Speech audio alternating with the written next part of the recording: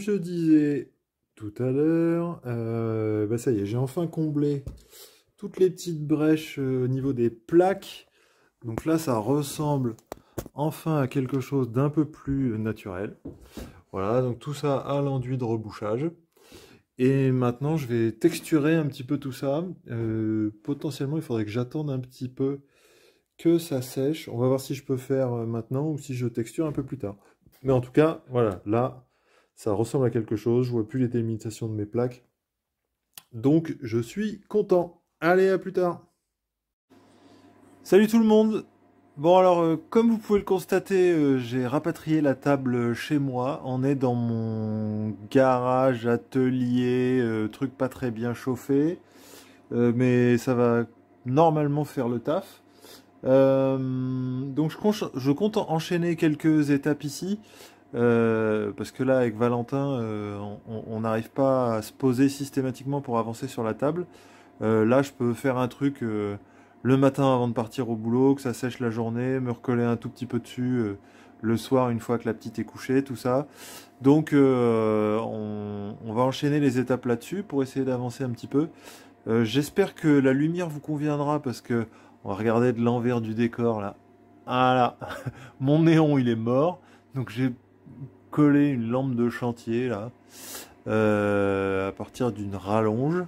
Et puis là, j'ai une autre vieille petite table que j'avais attaquée il y a un moment déjà et que j'ai jamais pris le temps de finir. Donc je vais en profiter pour coller un petit peu la terre, faire un peu de brossage dessus en même temps que je le ferai de l'autre côté. On va essayer de mutualiser un peu pour avancer sur celle-ci.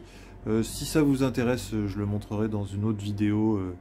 Au global, je ne montrerai pas forcément toutes les étapes parce que notre focus, il est ici. L'autre, c'est une petite table de 60 par 60 qui était prévue à la base pour jouer à Briscars. Mais sur des petits scénarios, je pense que ça peut servir aussi pour du Seigneur des Anneaux, du Warhammer en escarmouche, des choses comme ça. Enfin, on va trouver, il y a plein d'idées. Bref, voilà, donc on va taffer là-dessus. J'espère que la lumière conviendra. Très honnêtement, je peux pas faire grand-chose de plus là-dessus. Donc je vais poser la caméra et puis on va enchaîner sur les étapes dessus. À plus tard.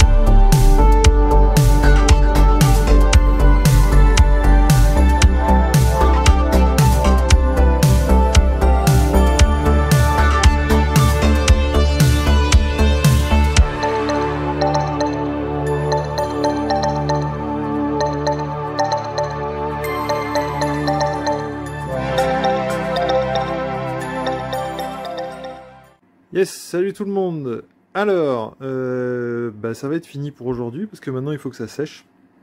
Donc ce que vous avez vu, c'est que j'ai commencé par sabler à l'intérieur, mais particulièrement avec des gros grains. Du gros grain et un badigeon de colle à bois partout sur les parois en l'occurrence pour les rigidifier et me faciliter la tâche quand il va falloir que je passe la sous-couche. Parce que la sous-couche, je vais la faire à la bombe. Et il y a un tout petit peu d'acétone dans les bombes de sous-couche qui font fondre le polystyrène à leur contact. Donc là, l'intérêt, c'est que ça va bien rigidifier les choses. On voit que c'est encore bien humide, hein, donc je vais attendre une nuit pour que pour que ce soit bien sec, et ça me permettra de peindre ça sereinement demain.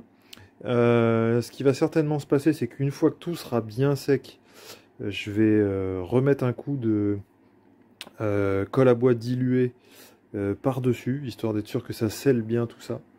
Ensuite, ce que j'ai fait aussi, c'est que j'ai passé mon badigeon de colle et du gros grain dans le milieu et de plus en plus fin tout le long de ma petite rivière jusqu'à ce qui va être le bord du lac. Contrairement à la roche et à la grotte, ça va pas être peint. Je vais le garder naturel.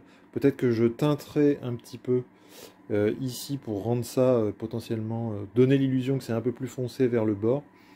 Mais sinon, je vais garder cette couleur naturelle pour quand je passerai la résine par-dessus.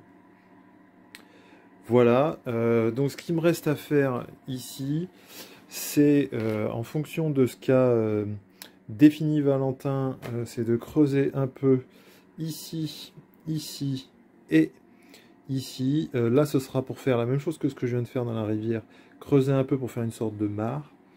Et là, je vais creuser aussi les deux. Je ne sais pas exactement ce que je ferai à l'intérieur. Est-ce que sur l'un, ça risque d'être juste un dénivelé comme ça, et puis sur l'autre peut-être un peu de flotte aussi. Il a creusé des zones ici aussi, donc là aussi je vais regarder pour faire des dénivelés. Enfin, le but, ça va être de creuser un peu ça pour profiter du fait que on a quand même de l'épaisseur ici. Et dès que ça c'est fait, eh ben, je vais faire comme pour le reste, je vais passer mon enduit de rebouchage là-dessus pour que ça sèche correctement pour faire l'étape suivante. Donc je vais dézoomer, voilà. Donc voici où nous en sommes. Pour ce qui est de la table en elle-même, il me reste aussi, on va aller attraper ça de suite.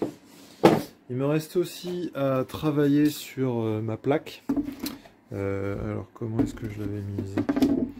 Je crois que c'est pas du tout ça. Pas facile demain cette affaire. Voilà, donc je vais travailler à part de la table là-dessus, probablement ce soir tranquillou, pour rehausser un petit peu sur le plateau et voir comment je peux faire en sorte qu'il accueille ceci tranquillement avant que je le peigne. Lui aussi, alors ce qui va se passer, c'est que donc on a vu qu'on a une sorte de chemin là. Voilà, et sur l'élément de décor, on a un escalier. Donc je vais faire en sorte que ça concorde à peu près correctement là, qu'on arrive par ici, on puisse monter à l'escalier. Donc avec du polystyrène, je pense un peu fin, je vais rehausser un petit peu cette affaire et aller me rapprocher des roches qui ont déjà été faites avec d'autres écorces que j'ai en magasin pour mettre par-ci par-là et rehausser encore un tout petit peu l'affaire. Pour que ce soit à peu près naturel par rapport à tout ça. Voilà, donc ça prend forme, ça prend même très bonne forme. Une fois que tout ça c'est fait, la prochaine étape, ce sera tout simplement la peinture de tout ce qui est roche, donc ce qui est dans la grotte, que je vais enlever, hop, je vais enlever ça tout de suite, voilà, pour que ça sèche plus facilement. Et une fois que l'intérieur est sec, je vais pouvoir passer à la sous-couche de l'ensemble et faire la même peinture avec des sortes de lavis dilués que j'ai fait sur les éléments de décor que vous avez vu sur la roche. Donc là, toute ma roche sera prête. Peut-être même que je vais en profiter pour en implémenter dans le plateau directement, donc creuser aux endroits où c'est vert, mettre de l'enroche à l'endroit où c'est marron et faire un petit lac ici, ce qui me permettra de apporter de la variation sur la partie plate sur les mêmes méthodos que ce qui a été mis là-bas. Voilà monsieur dame, on laisse sécher tout ça et je vous dis à très vite. Salut!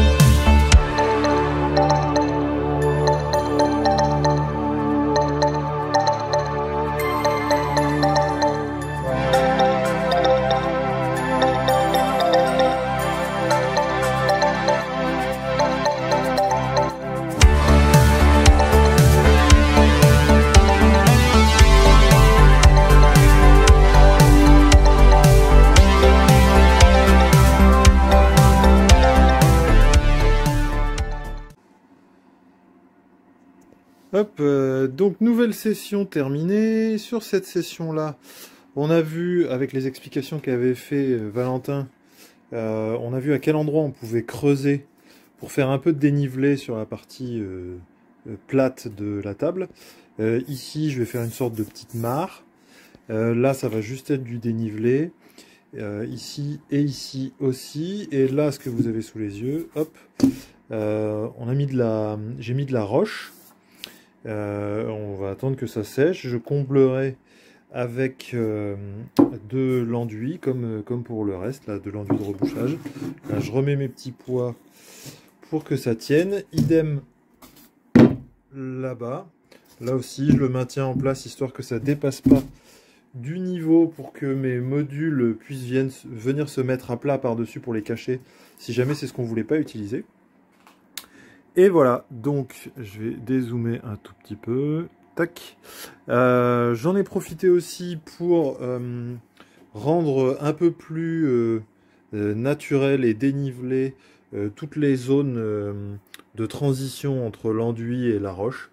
Je l'ai fait à plusieurs endroits, j'ai profité de mon reste de colle à bois pour le faire. Ce qui veut dire que à la prochaine session, je vais pouvoir potentiellement passer à la sous-couche de ma roche. Voilà, avant de décrocher complètement aujourd'hui, là je vais finir mon fond de colle à bois ici et mettre un peu de roche pour faire la mare. Et ce sera tout pour aujourd'hui. Allez, salut!